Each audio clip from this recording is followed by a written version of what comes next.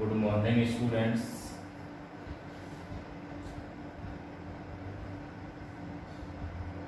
आप सभी को हार्दिक शुभकामनाएं कि आप लोगों का रिजल्ट आपके गार्जियंस के अथक प्रयास और आपके प्रयासों के फलस्वरूप अच्छा रहा। और मैं आप लोगों से आगे भी यही आशा करता हूं कि आप अपनी मेहनत लगन से आगे भी इसी प्रकार का रिजल्ट बनाने का प्रयास करेंगे और अपने पढ़ने में कोई कमी नहीं करेंगे।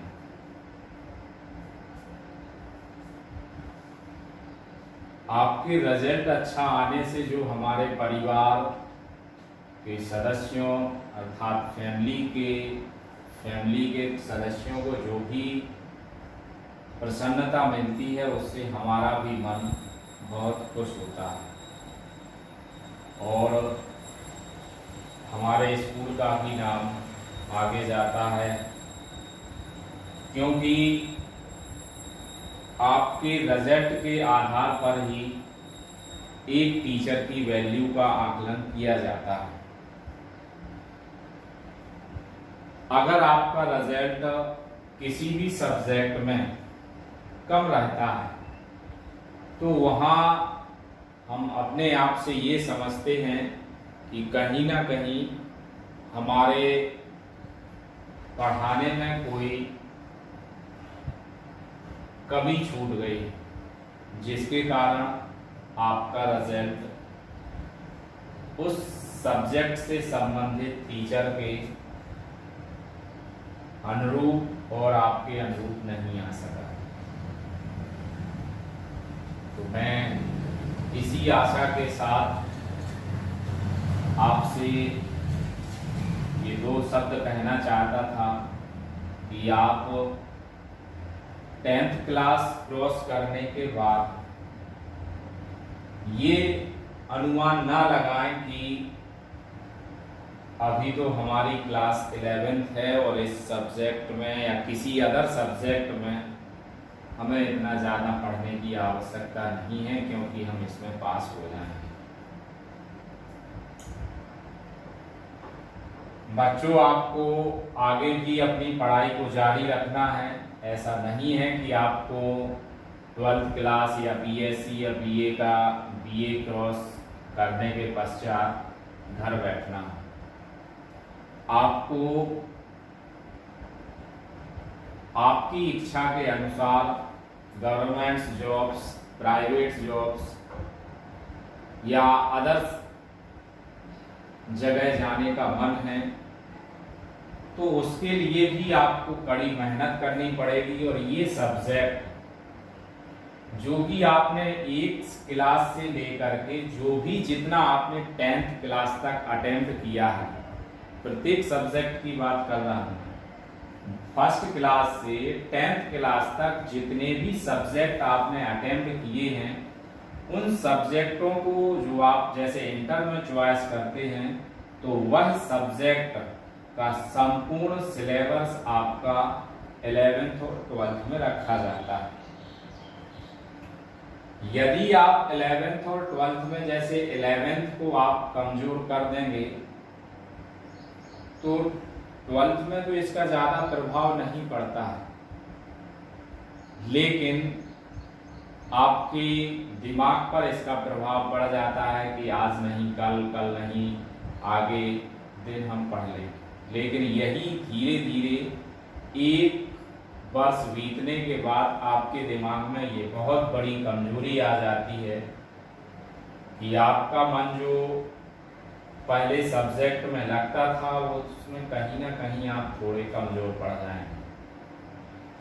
तो आपको अपनी इस कंटिन्यूटी को बनाए रखने के लिए रिजल्ट के पेपर देने के बाद काफ़ी समय बीत चुका है और आपने लगभग 6-7 महीने तक मतलब हमारा अनुमान है कि 3 या 4 महीने हो गए हैं और उसमें आपने कुछ भी अध्ययन नहीं किया है। तो अब आप जो भी सब्जेक्ट पढ़ें उस सब्जेक्ट को इतनी मेहनत से पढ़ें कि आपकी जो 1 से लेकर के 10 तक की जो कमजोरियां थी या जो सब्जेक्ट वहां समझ में नहीं आया वो सब्जेक्ट आपको सही तरीके से समझ आ सके और 12th का जो आपका क्लास होता है वो आपकी पूरी लाइफ का टर्न ओवर माना जाता है। यदि यहां से आपने ओवर अच्छा निकाल लिया तो आपको आगे विजय मिल जाएगी और यदि आपने ये ओवर सही से नहीं निकाल पाए तो वहीं आप डिफीट खा जाएंगे। तो मैं आशा करता हूं कि आप सब्जेक्ट को छोटे से छोटी बारीकियां और उससे संबंधित जब आप इंटर में आ जाएं तो उससे संबंधित इंग्लिश वर्डों का भी आपको ध्यान रखना है और उसके आधार पे आपको IIT या नीट कोई भी आगे उच्च कोर्सेज जो रहते हैं उसमें मदद मिलेगी। यदि आप पूरा हिंदी ही करते हैं तो जहाँ भी आप कंपटीशन की तैयारी जैसे कोटा, दिल्ली, अदर जगह भी अदर प्लेस पे भी जाएंगे तो वहाँ आपको कुछ महीने की दिक्कत आ सकती है। इसलिए आप इंग्लिश के साथ हिंदी के साथ साथ इंग्लिश वर्डों का भी ध्यान रखें और यहाँ 11th क्लास के सब्जेक्ट में कमजोरी नहीं छोड़ें क्योंकि जब आप IIT या नीट की तैयारी करने जाएंगे तो वहाँ 11th का भी सिलेबस आपका आएगा। यहाँ तक कि आप रेलवे, SSC आदि गवर्नमेंट जॉब में भी आप पढ़ने का प्रयास करेंगे तो उस स्थिति में भी आपका भौतिक विज्ञान का एक महत्वपूर्ण स्थान है। इसलिए आप कोई भी कंपटीशन को पढ़ने का प्रयास करें या उसको निकालने का प्रयास करें तो वहाँ फिजिक्स का भी रोल रहता है। अतः मैं आपसे आशा करता हूँ कि जब आप इस फिजिक्स सब्जेक्ट को पढ़ें तो हर टॉपिक को आपको बहुत अच्छे तरीके से पढ़ना है ताकि आपकी जो आगे आप कंपटीशन की तैयारी करेंगे तो वहाँ इनको समझने की ज़रूरत ना पड़े। और वहीं हमारा एक प्लस पॉइंट हो जाता है कि यदि हम PCM से पढ़ते हैं और हम किसी भी कंपटीशन में जाते हैं, जब हम PCM से पढ़ते हैं और किसी भी सब्जेक्ट में किसी भी कंपटीशन में बैठते हैं तो जब आपका ये PCM अच्छा मजबूत होगा तो आपके पास अदर स्टूडेंट से ये प्लस पॉइंट रहता है कि हम यहाँ बहुत ताकतवर हो जाते हैं। मतलब एक कंपटीशन में आप बैठते हैं तो वहाँ PCM के बल पर आप बहुत से चैप्टरों को कंप्लीट, यदि आपके इस PCM में बहुत अच्छी तैयारी रहती है तो आपके पास जो प्लस पॉइंट रहेगा वो आपको बहुत मजबूती प्रदान करेगा। तो मैं आशा करता हूं कि आप लोग ऐसा करेंगे और मैं अपने इन्हीं शब्दों के साथ आपके समझाना हमारा फर्ज था, तो मैं अपने इन्हीं शब्दों के साथ वाणी को विराम देता हूँ और आगे हम अब अपने सब्जेक्ट को पढ़ते हैं जो मैं आपको स्कूल में भौतिक विज्ञान पढ़ाता हूँ। और मैं इस लॉकडाउन के समय में ये कह सकता हूँ कि हो ज़्यादा से ज़्यादा मैं आपके प्रत्येक टॉपिक को सही तरीके से समझाने का प्रयास करूँ, ताकि आपके मन में कोई प्रॉब्लम्स ना हो। हमारा पहला चैप्टर फिजिक्स का है भौतिक जगत, जिसको हम फिजिकल वर्ल्ड के नाम से जानते हैं। भौतिक जगत, फिजिकल वर्ल्ड, आपको शब्द में भी समझ में आ रहा होगा कि भौतिक जगत क्या है। तो भौतिक जगत को समझने से पहले हमें शब्द समझना है, विज्ञान क्या है, व्हाट इज विज्ञान, साइंस। विज्ञान क्या है?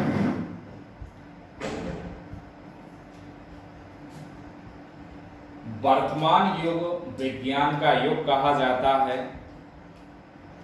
विज्ञान, साइंस शब्द, विज्ञान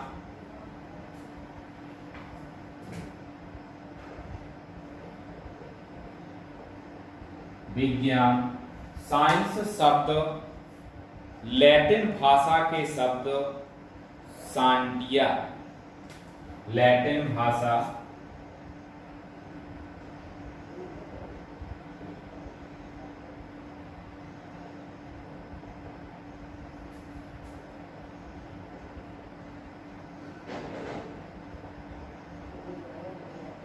लैटिन भाषा के शब्द साइंटिया से बना है।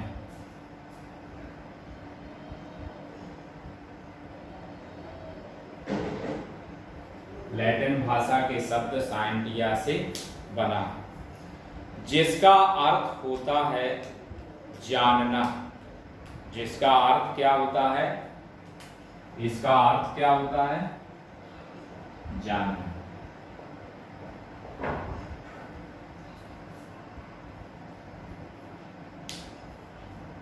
मानव की उत्सुकता या जिज्ञासा, मानव की उत्सुकता या जिज्ञासा अपने चारों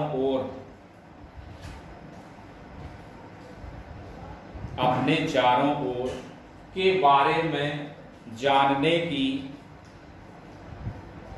अधिक से अधिक उत्सुकता या जिज्ञासा उत्पन्न होती है।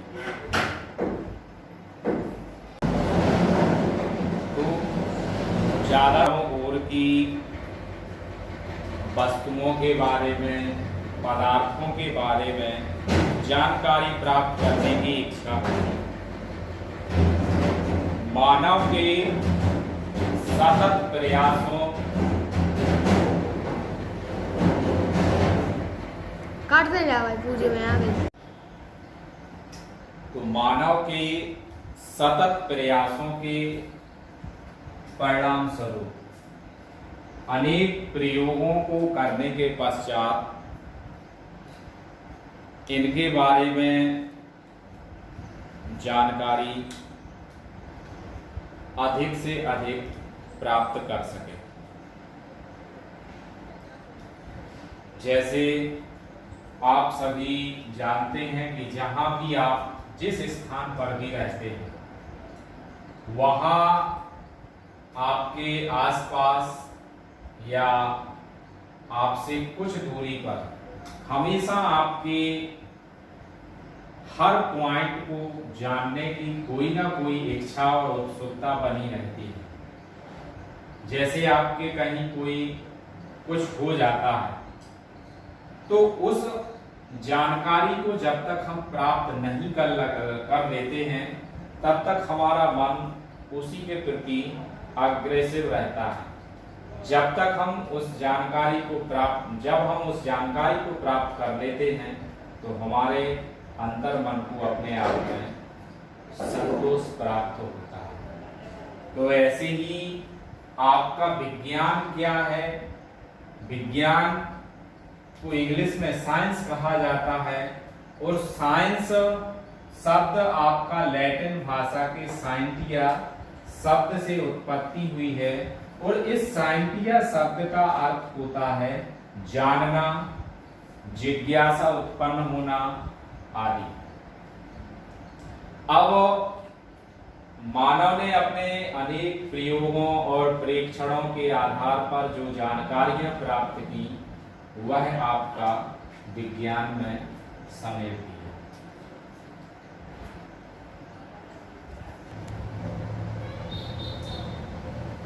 अनेक वैज्ञानिक हुए जिन्होंने अपने मत के अनुसार विज्ञान को समझाने का प्रयास किया।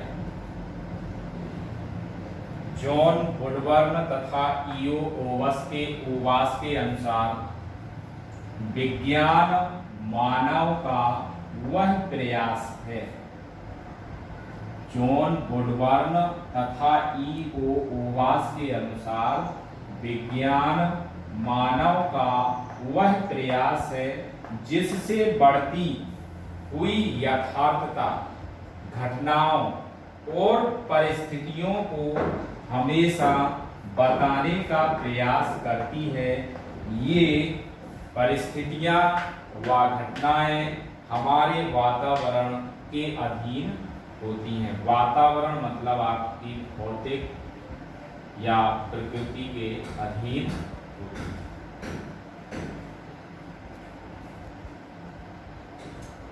आइंस्टीन के अनुसार परिभाषा आपकी ये है,